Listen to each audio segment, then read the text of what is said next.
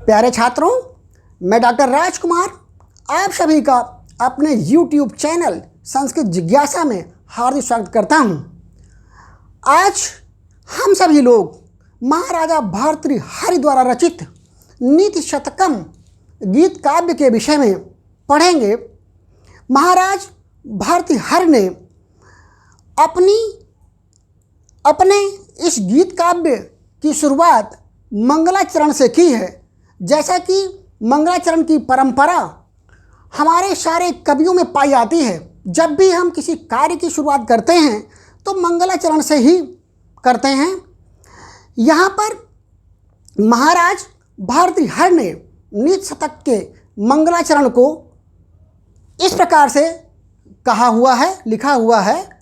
दिक्कालाद्यन वच्छिन्नानंत चिन्मात्र मूर्तये स्वानुभूतेकमानाय नमः शांताय तेजसे।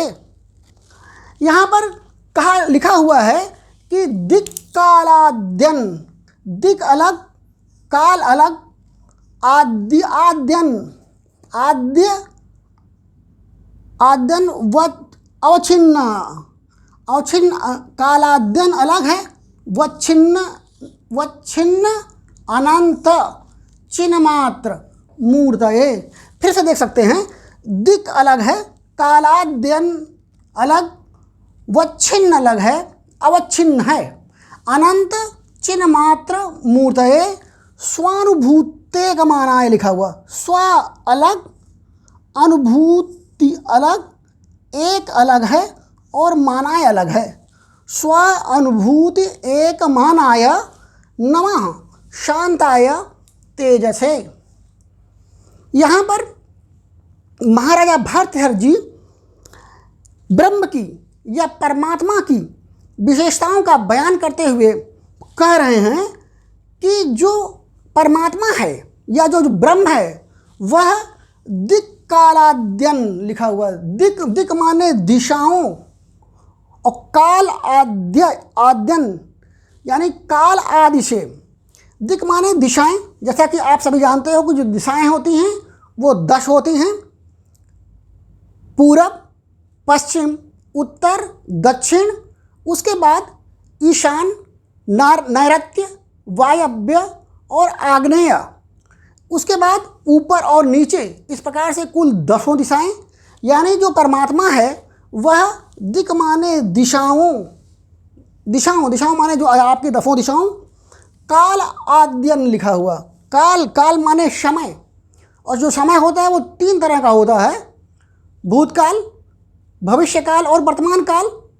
तो जो भूत, भविष्य, वर्तमान, आद्यन लिखा हुआ। आद्यन माने आदि से। अवच्छिन्न माने वो उनसे परे है।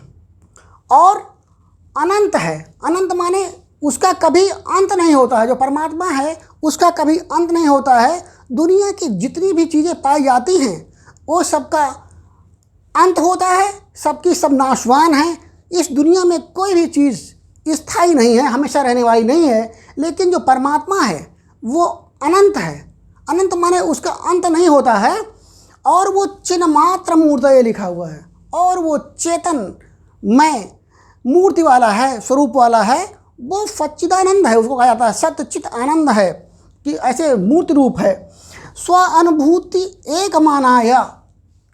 जब भी हम परमात्मा के विषय में जानकारी को पाना चाहते हैं तो उस परमात्मा को केवल हम स्व माने अपनी, अनुभूति माने अनुभूति के द्वारा, एक माने एकमात्र, मानाया माने जानने योग्य या प्रमाण वाला। केवल हम एकमात्र अपनी अनुभूति के द्वारा ही जिसको हम जान सकते हैं। स्व माने अपनी, अनुभूति माने अनुभूति के द्वारा, एक मानाय माने एकमात्र जिसका हम ज्ञान प्राप्त कर सकते हैं। ऐसे नमः शांताय तेजसे। शांताय लिखा हुआ है। शांत स्वरूप, शांत रूप जो परमात्मा है उसमें कभी भी कोई विकार नहीं उत्पन्न होता है, वो निर्विकार है। इसीलिए कहा जा रहा है कि वो शांत रूप तेजसे। और तेजसे माने तेज रूप, यानी जो प्रकाशमय है उस परमात्मा को नमः नमः माने नमस्कार है, ऐसे ब्रह्म को मैं नमस्कार करता हूँ जो केवल अपनी अनुभूति के द्वारा ही जानने योग्य है। कभी भी कोई भी व्यक्ति उस परमात्मा को अपनी इन चमड़े से बनी हुई स्थूल आँखों से उसका साक्षात्कार नहीं कर सकता। जब भी कोई व्यक्ति उस परमात्मा का साक्षात्कार करता है तो वो केवल अपने तृतीय नेत्र, शिव नेत्र, दिव्य चक्षु आदि के माध्यम से ही हम उस परमात्मा को जान सकते हैं। इसीलिए कहा जा रहा है, महाकवि जो भर्तृहरि हैं वो कह रहे हैं कि अपनी अनुभूति के द्वारा ही जानने योग्य शांताया, शांत रूप। शांत रूप का मतलब है कि उसमें कभी भी कोई हलचल नहीं होती है, वो हमेशा निर्विकार रहता है। ऐसे तेज रूप परमात्मा को नमः माने नमस्कार है। जो परमात्मा है वो उसको कभी भी हम दिक् माने दिशाओं में उसको बांध नहीं सकते। हम ये नहीं कह सकते कि पूर्व पश्चिम उत्तर दक्षिण या आग्नेय ईशान नैऋत्य और वायव्य ऊपर नीचे, हम उन दिशाओं में कभी भी उसको बांध नहीं सकते। तो इसलिए कहा जा रहा है कि दिक् माने जो दिशाओं से, काल माने जो समय से, समय आदि से अवच्छिन्न है, परे है, अलग है। उसको कभी भी हम उसको दिशाओं में नहीं बांध सकते, हम कभी भी उसको समय में नहीं बांध सकते।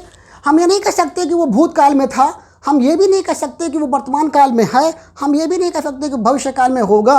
वो तो तीनों कालों में रहता है। इसीलिए उसको एक विशेषण है, त्रिकाला बाधित भी है। और अनंत लिखा हुआ है। अनंत, अनंत माने जिसका कभी भी कोई अंत नहीं होता है, वो हमेशा रहता है, वो स्थायी है। और चिन्ह मात्र मूर्त है, जो चेतनमय स्वरूप, मूर्त माने स्वरूप वाला है, जो चेतनमय स्वरूप वाला है, जो सच्चिदानंद रूप है। और स्वानुभूते गमानाय, हम उस परमात्मा का ज्ञान कैसे प्राप्त कर सकते हैं? तो यहाँ पर महाराजा भर्तृहरि कह रहे हैं कि हम केवल स्व माने अपनी अनुभूति माने अनुभूति के द्वारा ही एक मानाया, एकमात्र हम उसको जानने योग्य है। हम केवल उसको अपनी अनुभूति के द्वारा ही, अपनी आँखों को बंद करके, अपने ध्यान को तीसरे नेत्र पर केंद्रित करके ही हम उस परमात्मा का साक्षात्कार कर सकते हैं। ऐसे अपनी अनुभूति के द्वारा ही जानने योग्य शांताय, शांति रूप, जिसमें वो जो परमात्मा है उसमें कभी भी कोई हलचल नहीं होती है, इसीलिए वो शांत रूप है। ऐसे तेज से लिखा हुआ, तेज से माने जो तेज रूप है, प्रकाशमय है, उस परमपिता परमात्मा को नमः, नमः माने नमस्कार करता हूँ। महाकवि भारवी कह रहे हैं कि जो परमात्मा है वो दिशाओं से, समय से परे है, वो अनंत है, वो चेतनमय रूप वाला है। उसको केवल हम अपनी अनुभूति के द्वारा ही जान सकते हैं। और वो शांत रूप है, कभी भी उसमें कभी भी कोई हलचल नहीं पाई जाती है। और तेज रूप जो प्रकाशमय है, जो लाइटमय है, ऐसे परमपिता परमात्मा का मैं नमः, नमः माने नमन करता हूँ, नमस्कार करता हूँ। उसके आगे मैं बारंबार अपने शीश को झुकाता हूँ।